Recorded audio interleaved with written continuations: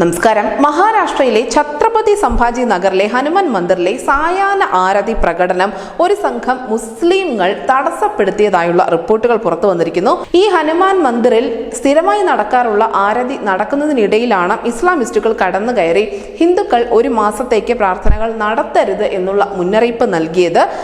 ഇത് ദേശീയ മാധ്യമങ്ങൾ ഒന്നടങ്കം റിപ്പോർട്ട് ചെയ്യുന്നുമുണ്ട്.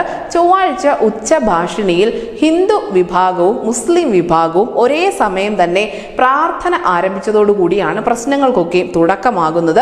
അതിനുശേഷം ഈ പ്രാർത്ഥനയുടെ സമയത്തെ ചൊല്ലി വലിയ ഒരു സംഘർഷം അവിടെ പൊട്ടിപ്പുറപ്പെട്ടു.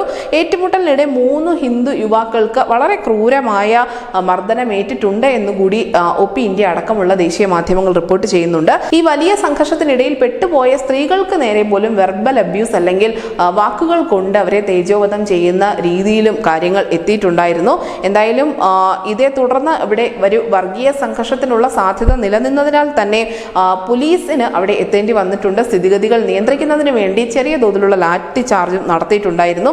ഈ വാക്കേറ്റത്തിനിടെ സ്ത്രീകളോടുൾപ്പെടെ മോശമായി പെരുമാറി എന്നുള്ള റിപ്പോർട്ടുകൾ പുറത്തു വരുമ്പോൾ ഇതിന്റെ പിന്നിൽ പരാതിയുമായി മുന്നോട്ട് പോകാൻ തന്നെയാണ് പ്രദേശത്തെ ഹിന്ദുക്കൾ തീരുമാനിച്ചിരിക്കുന്നത്.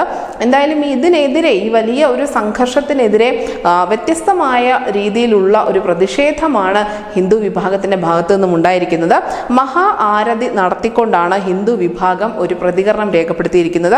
ശിവസേന ഷിൻഡെ വിഭാഗത്തിന്റെ ജില്ലാ പ്രസിഡന്റായ രാജേന്ദ്രയുടെ നേതൃത്വത്തിലായിരുന്നു ഈ മഹാ ആരതി നടന്നത്.